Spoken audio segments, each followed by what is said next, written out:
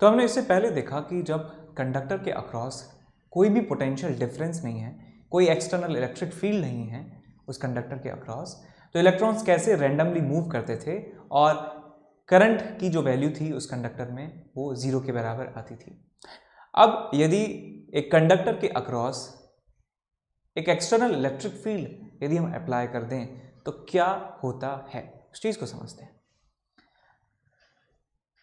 तो यहाँ पे एक मैंने कंडक्टर बनाया लाइक दिस।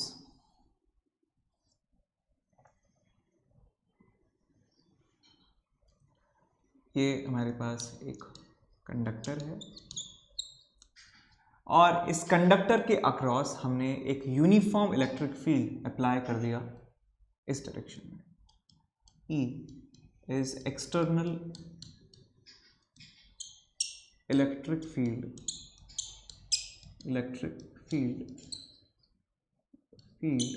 और ये बेटा है यूनिफॉर्म, हर जगह E ही वैल्यू है इलेक्ट्रिक फील्ड की। अब जो भी इलेक्ट्रॉन इस कंडक्टर के अंदर हैं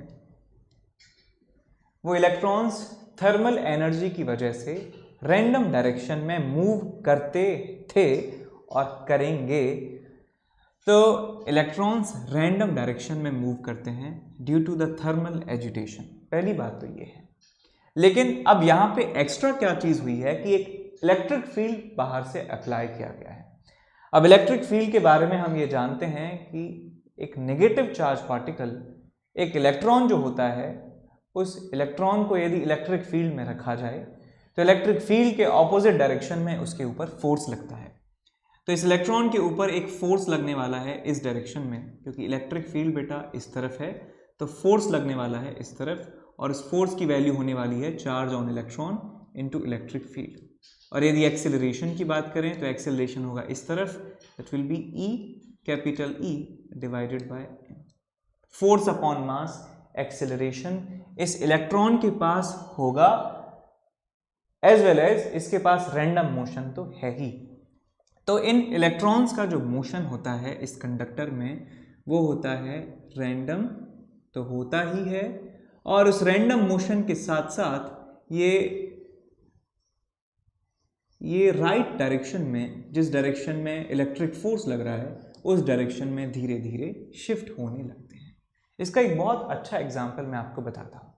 आपने बारात देखी होंगी, ठीक है। बारात में क्या होता है कि ढेर सारे लोग होते हैं, 40-50 लोग होते हैं और वो दूल्हे के आसपास डांस कर रहे होते हैं अलग अलग तरीके से। कोई नागिन डांस कर रहा है लेटकर, कोई गंगनम स्टाइल कर रहा है, कोई क्लासिकल कर रहा है, कोई भांगड़ा कर रहा है, कुछ भी अलग अलग लोग अलग अलग टाइप के डांस परफॉर्म वहाँ पर कर रहे होते हैं। तो डांस में क्या होता है कि रैंडमली अपने हाथ पैरों को हिलाना होता है, ठीक है। बारात वाले डांस की बात कर रहा हूँ मैं। रैंडमली कहीं भी हाथ कहीं भी पैर अपने घुमा रहे हैं, कमर मटका रहे हैं। तो नाचने के साथ साथ बारात होती है, बाराती जो होते हैं उनमें एक कैरेक्टरिस्टिक प्रॉपर्टी होती है कि वो सब धीरे धीरे उस फाइनल डेस्टिनेशन की तरफ, वेन्यू की तरफ जहाँ पर खाना बन रहा है वहाँ की तरफ बढ़ते जाते हैं। तो वहाँ पे लोग नाचते हैं और धीरे धीरे आगे भी बढ़ते रहते हैं।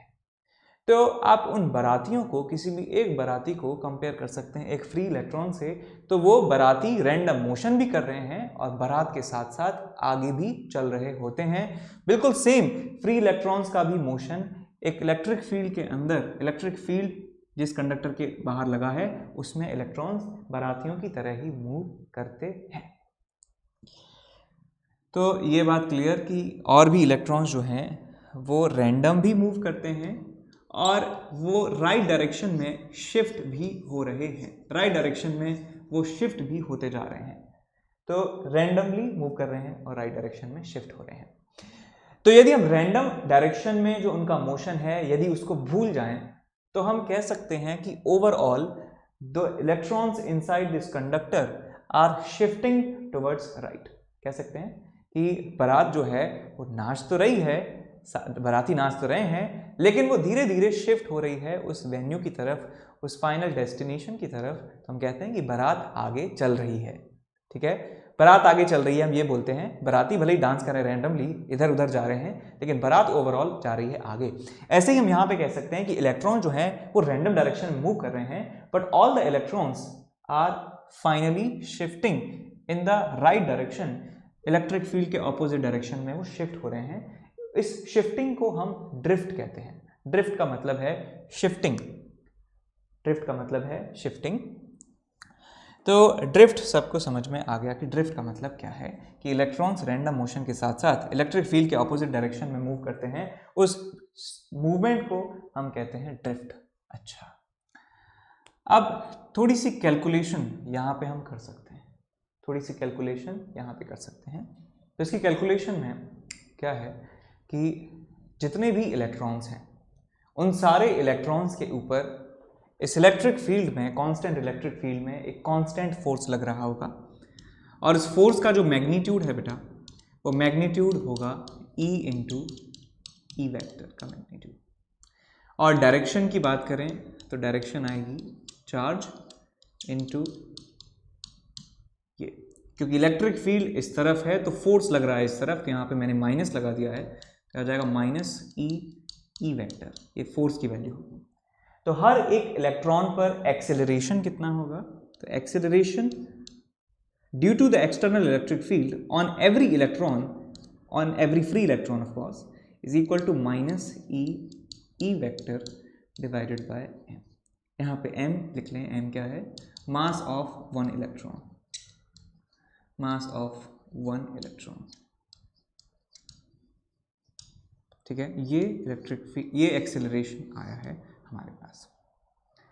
अब क्योंकि एक्सेलरेशन कांस्टेंट है तो हम यहाँ पे इस्तेमाल कर सकते हैं इक्वेशन ऑफ मोशन।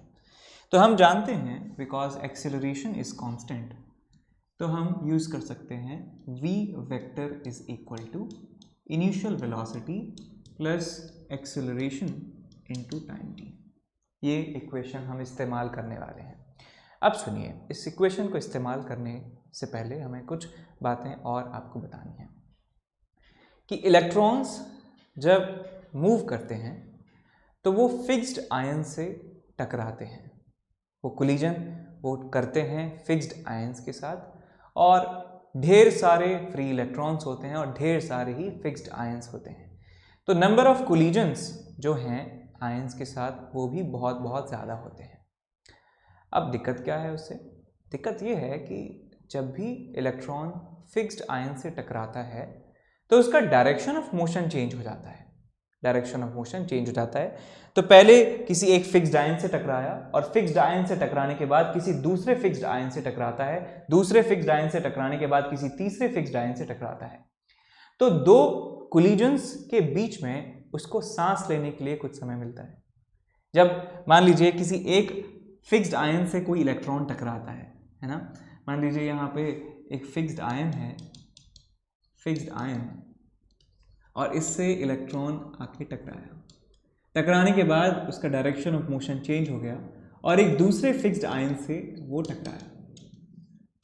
तो इस यहाँ से यहाँ पहुँचने में उसको कुछ टाइम लगा होगा, और उस टाइम इंटरवल को फॉर इलेक्ट्रॉन्स कहते हैं रिलैक्सेशन टाइम, कि जो सांस लेने का समय उस इलेक्ट्रॉन को मिला है उस समय को हम कहते हैं रिलैक्सेशन टाइम। तो हम कह सकते हैं कि जब भी जितना भी रिलैक्सेशन टाइम उस इलेक्ट्रॉन को मिलेगा, उस रिलैक्सेशन टाइम में वो इलेक्ट्रॉन इस एक्सेलरेशन की वजह से आगे की तरफ शिफ्ट हो चुका होगा। एक फिक्स्ड आयन से टकराया तो इस इंटरवल में एक्सेलरेशन तो है ही इलेक्ट्रॉन के पास, तो इस एक्सेलरेशन की वजह से उसकी वेलोसिटी इस डायरेक्शन में चेंज हो जाती है। इस डायरेक्शन में वेलोसिटी, एक्सेलरेशन की डायरेक्शन में वेलोसिटी जो है वो चेंज हो जाती है। तो हम यहाँ पे लिखेंगे, पहले तो रिलैक्सेशन टाइम की डेफिनेशन लिख लेते हैं। रिलैक्सेशन टाइम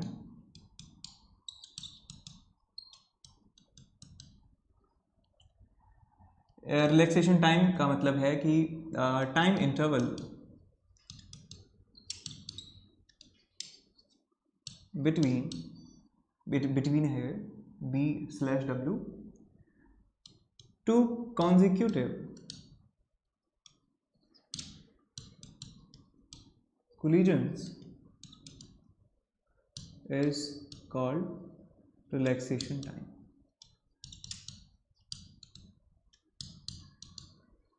रिलैक्सेशन टाइम उसको कहा जाता है। तो मैंने मान लिया कि किसी एक इलेक्ट्रॉन का रिलैक्सेशन टाइम Ti है। देखिए अलग अलग इलेक्ट्रॉन का रिलैक्सेशन टाइम अलग अलग हो सकता है बिकॉज उनके जो कोलिजन का जो पैटर्न है वो अलग अलग होगा। तो यहां मैंने माना let's assume relaxation time is Ti for ith electron. ऐसे हमारे पास ढेर सारे इलेक्ट्रॉन्स होंगे, लेट्स से n इलेक्ट्रॉन्स हैं, कैपिटल N। तो उन 1 2 3 4 5 6 7 8 9 10 n नंबर ऑफ इलेक्ट्रॉन्स में से कोई भी रैंडम इलेक्ट्रॉन हमने पिक किया, उस रैंडम इलेक्ट्रॉन को हमने नंबर दिया कि ये ith इलेक्ट्रॉन है। I की वैल्यू 1 हो सकती है यानी फर्स्ट इलेक्ट्रॉन है, I की वैल्यू 5 हो सकती है दैट इज फिफ्थ इलेक्ट्रॉन है, I की वैल्यू 27 हो सकती है 27th इलेक्ट्रॉन की बात कर रहे हैं। तो ऐसे ही ith मैंने कोई रैंडमली नंबर पिक किया ith इलेक्ट्रॉन, उसका रिलैक्सेशन टाइम है Ti के बराबर।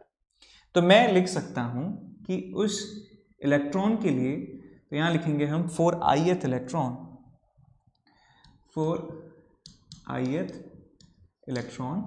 Vi vector is equal to Ui vector plus A सबके लिए सेम ही है इंटू Ti। ये हम लिख सकते हैं बेटा V is equal to U plus A T for ith electron. आगे इसके बाद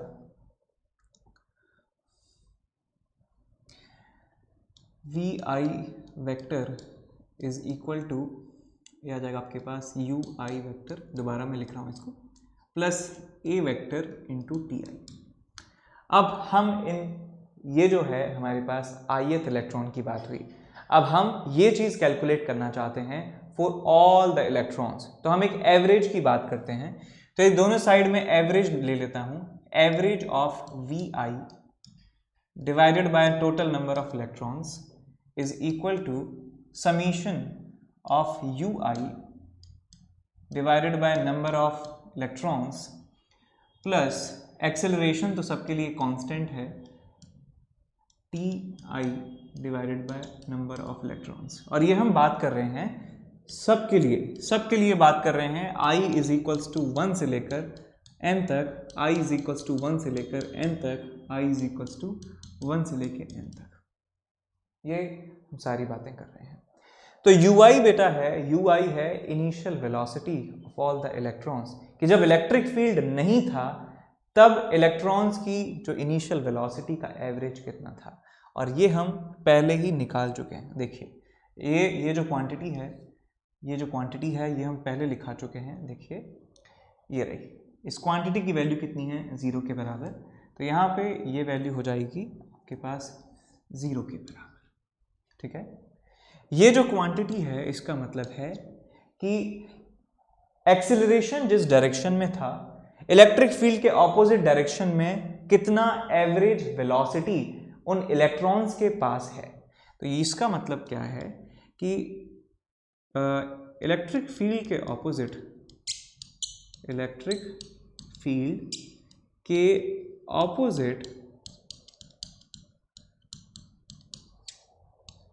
इलेक्ट्रॉन्स के पास एवरेज वेलोसिटी ये है हमारे पास, ये जो एक्सप्रेशन है ये रिप्रेजेंट कर रहा है, और इसी एक्सप्रेशन को कहा जाता है ड्रिफ्ट वेलोसिटी, या एवरेज ड्रिफ्ट वेलोसिटी कहना ज़्यादा सही होगा। तो ये आपके पास है drift velocity Vd vector, this is what, this is average drift velocity, average drift velocity, ठीक है, इज इक्वल टू, ये तो आपके पास 0 हो गया। एक्सेलरेशन की वैल्यू हम लिख सकते हैं माइनस ई बाय एम, और ये जो क्वांटिटी है बेटा ये है average of relaxation time of for all the electrons, कि रिलैक्सेशन टाइम का एवरेज है, ये क्या है बेटा, average relaxation time, average relaxation time, और इसको एक सिंबल दिया जाता है टाउ, तो ये आपके पास है टाउ के बराबर। तो ये हमारे पास एक एक्सप्रेशन बनता है ड्रिफ्ट स्पीड का कि हमारे जो बाराती हैं, ये हमारी जो पूरी बारात है, हमारे जो ढेर सारे इलेक्ट्रॉन्स हैं, वो ऑन एन एवरेज इस वेलोसिटी से आगे मूव कर रहे हैं, वो इलेक्ट्रिक फील्ड के ऑपोजिट डायरेक्शन में इस एवरेज वेलोसिटी से मूव कर रहे हैं। बारात का यदि हम एक पर्टिकुलर बाराती की बात करें तो इसका मोशन बहुत ही ज़्यादा कॉम्प्लिकेटेड होता है, राइट। लेकिन हम ओवरऑल बारात की बात करें तो उनका मोशन काफ़ी सिंपल होता है कि बारात बेचारी धीरे धीरे धीरे धीरे धीरे धीरे धीरे उस फाइनल डेस्टिनेशन की तरफ मूव करती है। सेम गोज फॉर इलेक्ट्रॉन्स, यदि एक इलेक्ट्रॉन की बात करें बहुत मुश्किल है, सबकी एवरेज बात करें तो सारे इलेक्ट्रॉन्स इस डायरेक्शन में, इलेक्ट्रिक फील्ड इस तरफ है तो इस डायरेक्शन में ड्रिफ्ट करते हैं, थोड़ा थोड़ा मूव करते हैं, और वो ड्रिफ्ट वेलोसिटी की वैल्यू है ये। अब ये दोनों तरफ मैग्नीट्यूड ले लेंगे तो आपको मिल जाएगा, खाली पेज लेते हैं, तो यहाँ पे बात करें ड्रिफ्ट वेलोसिटी का मैग्नीट्यूड या ड्रिफ्ट स्पीड इसको कह सकते हैं, या इसको सिंपल वीडी कह सकते हैं, this is what drift speed, और ये आ जाएगा आपके पास E/m इंटू टाउ। ये आपके पास फॉर्मूला बन जाता है ड्रिफ्ट स्पीड का, और आप इसको याद रखें। तो ओम्स लॉ जो नाम है आपने सुना होगा 10th क्लास में, लेकिन जो 10th क्लास में आपने जो पढ़ा था that was just icing on the cake. अब हम देखते हैं कि ओम्स लॉ कैसे डिराइव होता है, और ओम्स लॉ का जो सिंप्लीफाइड वर्जन है जो आपको याद होगा V = IR, वो कैसे इस ओरिजिनल फॉर्मूले से निकल के आता है।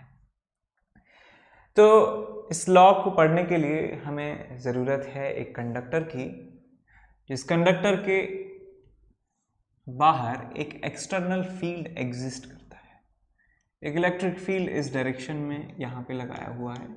तो इस इलेक्ट्रिक फील्ड को लगाने की वजह से जो इलेक्ट्रॉन्स, फ्री इलेक्ट्रॉन्स इस कंडक्टर में प्रेजेंट हैं, वो ड्रिफ्ट होते हैं राइट डायरेक्शन में। तो इलेक्ट्रॉन्स जो हैं वो ऐसे मूव कर रहे हैं, सारे के सारे इफेक्टिवली राइट डायरेक्शन में जा रहे हैं। मोशन इनका कॉम्प्लिकेटेड है, बट हम कह सकते हैं कि इफेक्टिवली ये राइट डायरेक्शन में मूव कर रहे हैं, इलेक्ट्रिक फील्ड के ऑपोजिट डायरेक्शन में मूव कर रहे हैं। तो dt टाइम इंटरवल में इस क्रॉस सेक्शन एरिया से मैंने माना कितना फ्री इलेक्ट्रॉन्स आगे चले जाएंगे। dt टाइम इंटरवल में मैं कह सकता हूं कि जो पहला इलेक्ट्रॉन निकलेगा वो dt टाइम इंटरवल में Vd इंटू dt डिस्टेंस आगे निकल जाएगा। जो पहला इलेक्ट्रॉन यहां से निकलेगा dt टाइम इंटरवल में हम देख रहे हैं कि कितने इलेक्ट्रॉन्स पास हुए हैं। तो dt टाइम इंटरवल में एक इलेक्ट्रॉन कहां तक पहुंच सकता है, यहां तक पहुंच सकता है, Vd इंटू dt डिस्टेंस पार कर सकता है। तो इस रीजन में जितने इलेक्ट्रॉन्स होंगे, इस रीजन में जितने इलेक्ट्रॉन्स होंगे वही इलेक्ट्रॉन्स यहां से पास हुए होंगे। ठीक बात है।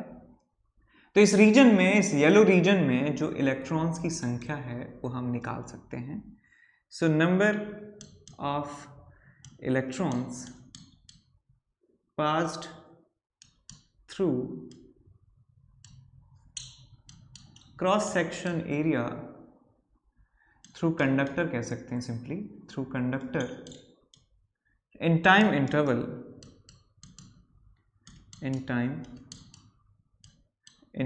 dt is equal to अब देखिए कितने नंबर ऑफ इलेक्ट्रॉन्स इस रीजन में हैं, वो निकालने के लिए हमें एक क्वांटिटी का इस्तेमाल करना होगा जिसका नाम है नंबर डेंसिटी।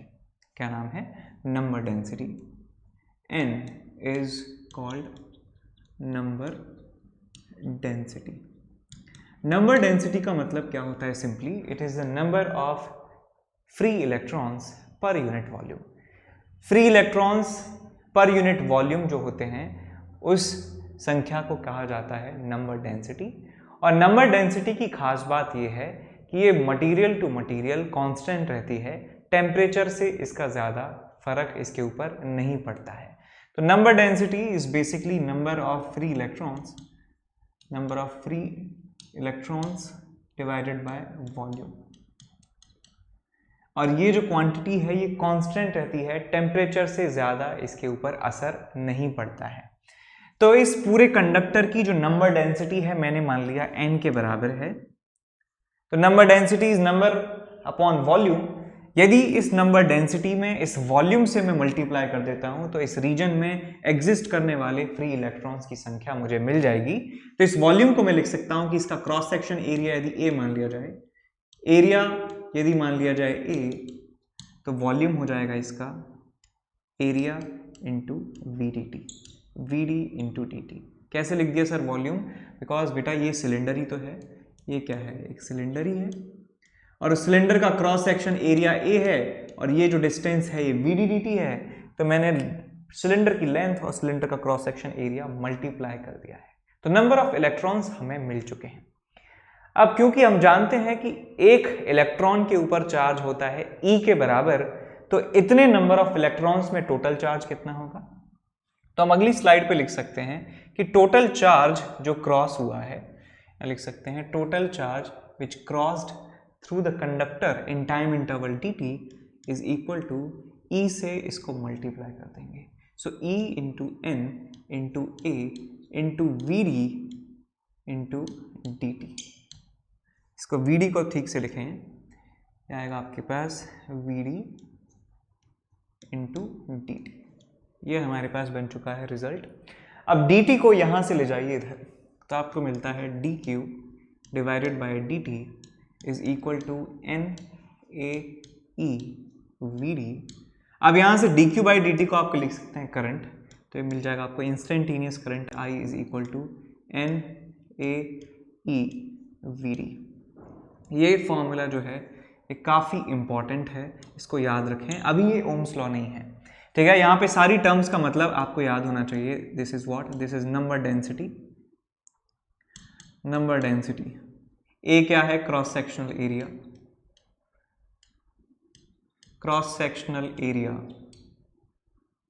ई क्या है? Is charge on one electron. Charge of electron कितना होता है बेटा? 1.6 इंटू 10⁻⁻19 कूलम। और VD जो है बेटा, VD है आपके पास ड्रिफ्ट स्पीड। VD क्या है? ड्रिफ्ट स्पीड है आपके पास, ड्रिफ्ट स्पीड। ठीक है, यहाँ तक समझ में आया। अब ड्रिफ्ट स्पीड का फॉर्मूला हम जानते हैं, याद करो ड्रिफ्ट स्पीड का फॉर्मूला क्या था। देखिए ड्रिफ्ट स्पीड हमने निकाला था E/m into tau, E/m into tau. तो हम इस फॉर्मूले में यहाँ पे हम पुट कर दें वापस से, putting VD is equal to E/m into tau, ये यहाँ पे पुट कर देते हैं। तो आपको क्या मिलता है? I is equal to NaE E/m into tau. तो आपको यहाँ पे मिलता है अगली स्टेप में, मैं यहाँ लिख देता हूँ इसको। तो अगली स्टेप में आपको मिलता है NE² divided by m into tau. NaE², A area रह गया, area, tau into electric field divided by m is equals to I। ये बन गया आपके पास। अब यहां से एरिया को इसके नीचे ले जाइए तो आपको मिलता है I/A is equal to NE² tau divided by m into E। अब ये जो क्वांटिटी है करंट अपॉन एरिया, इसको नाम दिया जाता है current density. Current per unit area. Sir current density तो करंट अपॉन वॉल्यूम होना चाहिए था। करंट जो है वो क्रॉस सेक्शन के थ्रू चार्जेस का फ्लो होता है, तो इसलिए यहाँ पे एरिया से डिवाइड करते हैं तो डेंसिटी बनता है। ठीक है, इसको सिंबल दिया जाता है J which is current density. Basically this is current density current density is equal to, ये जो टर्म है बेटा NE² टाउ अपॉन m, इसको कहा जाता है कंडक्टिविटी। तो ये है हमारे पास सिग्मा, इसको कहते हैं कंडक्टिविटी,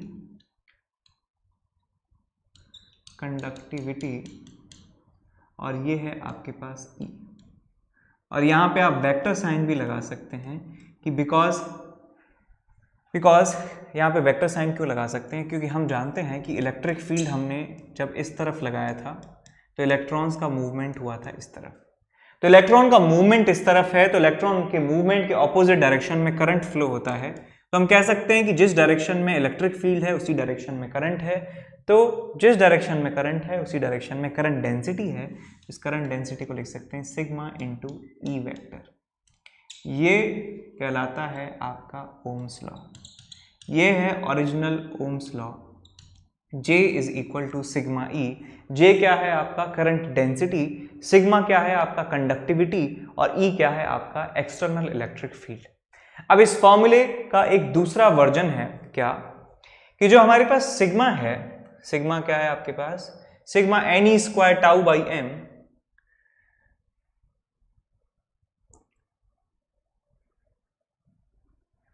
यहाँ पे हम लिख सकते हैं कि सिग्मा जो था वो था NE² tau divided by m। तो एक क्वांटिटी है दैट इज कॉल्ड रो। रो क्या होता है, रेजिस्टिविटी,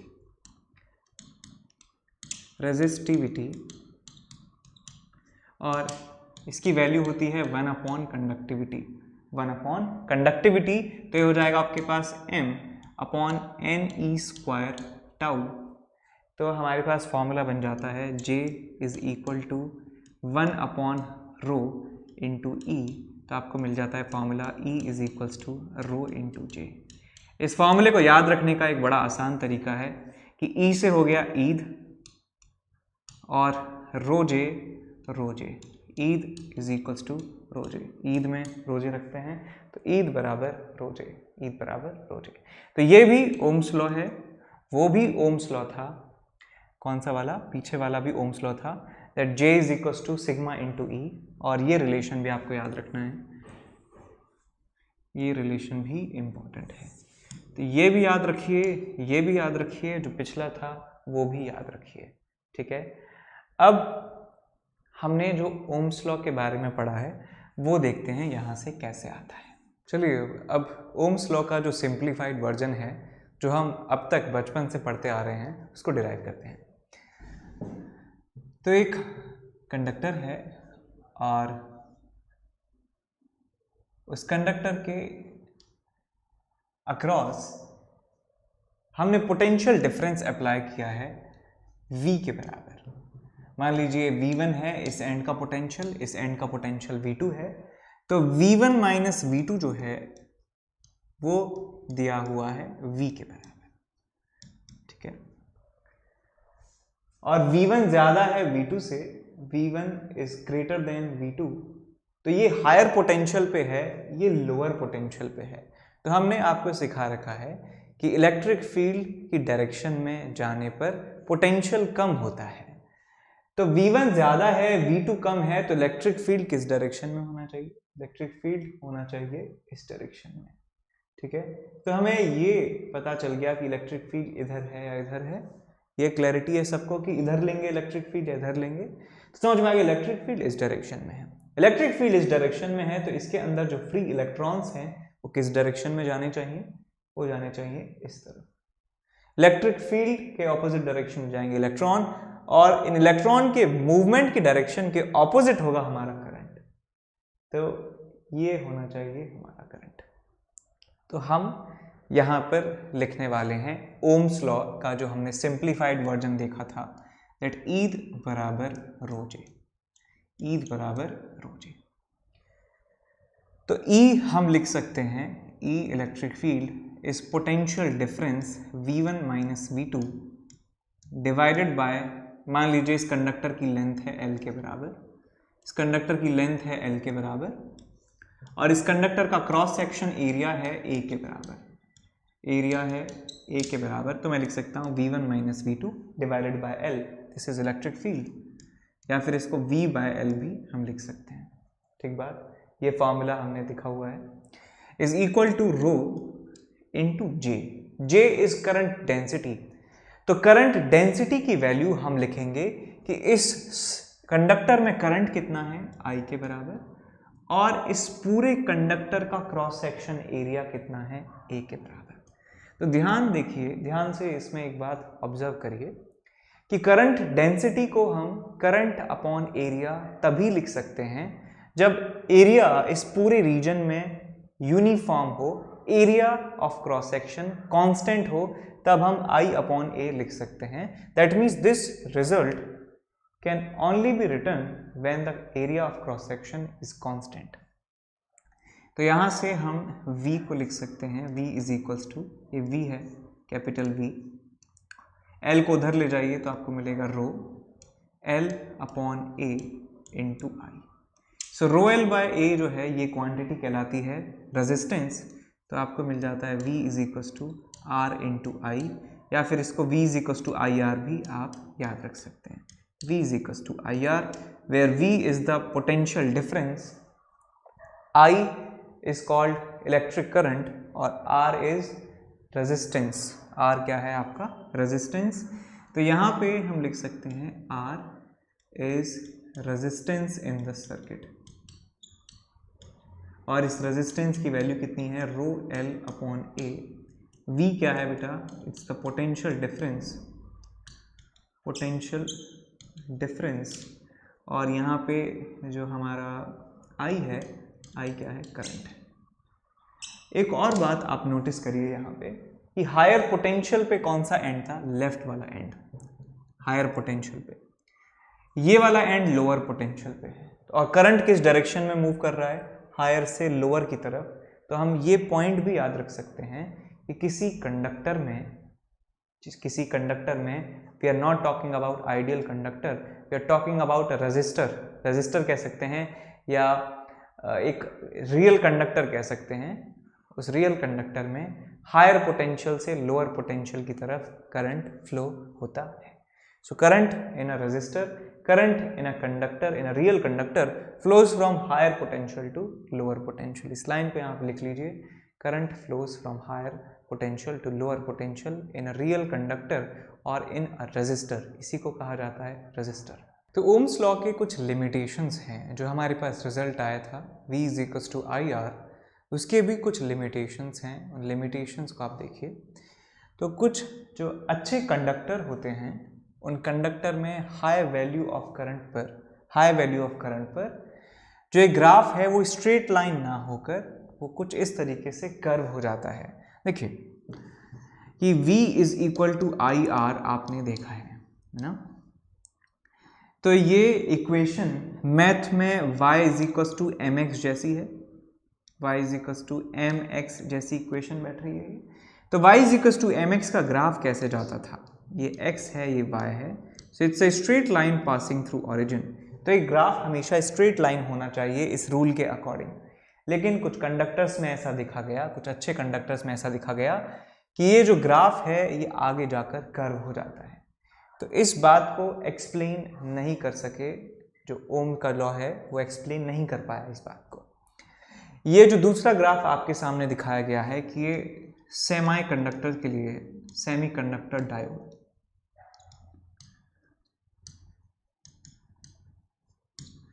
कि कंडक्टिविटी के बेस पर, फ्री इलेक्ट्रॉन्स के मूवमेंट पे बेस पर, फ्री इलेक्ट्रॉन्स की अवेलेबिलिटी के बेस पर मटेरियल्स को 3 भागों में डिवाइड किया जाता है। एक होता है कंडक्टर, दूसरा होता है सेमी कंडक्टर और तीसरा होता है इंसुलेटर। तो इंसुलेटर की कहानी हमने पढ़ी थी कैपेसिटेंस वाले चैप्टर में, कंडक्टर की कहानी हमने इलेक्ट्रोस्टैटिक्स में पढ़ी थी, इस चैप्टर में पढ़ रहे हैं। जो सबसे सेकंड वाले नंबर पे था सेमी कंडक्टर आएगा सबसे लास्ट वाले चैप्टर में। तो सेमीकंडक्टर मटेरियल्स में यदि हम वोल्टेज और करंट के बीच में ग्राफ बनाते हैं तो ये ग्राफ जो है ये इस तरीके से आता है, किसी भी पार्ट में ये ओम्स लॉ को फॉलो नहीं करता है, ठीक है। तो ये जो दोनों डायग्राम्स हैं ये मेनली इस बात का सबूत है कि ओम्स का जो नियम है, ओम का जो लॉ है वो हर जगह वैलिड नहीं होता है। कहाँ कहाँ फेल हो गया, एक तो गुड कंडक्टर्स के लिए, फॉर गुड कंडक्टर्स ये यहाँ पे फेल हो जाता है for high value of current के लिए, और सेमीकंडक्टर डायोड के लिए ये किसी भी पार्ट में वैलिड नहीं होता है। ठीक है, तो सेमीकंडक्टर में हम ओम का जो लॉ है वो नहीं यूज़ कर सकते हैं, और अच्छे कंडक्टर्स के लिए हाई वैल्यू ऑफ करंट पर ये ओम्स लॉ इस्तेमाल नहीं कर सकते हैं। लेकिन मॉडरेट वैल्यू के लिए कंडक्टर की बात करें तो ओम्स लॉ का इस्तेमाल किया जा सकता है। हमारे इस पूरे चैप्टर में हम सारे क्वेश्चंस में ओम्स लॉ का इस्तेमाल कर सकते हैं।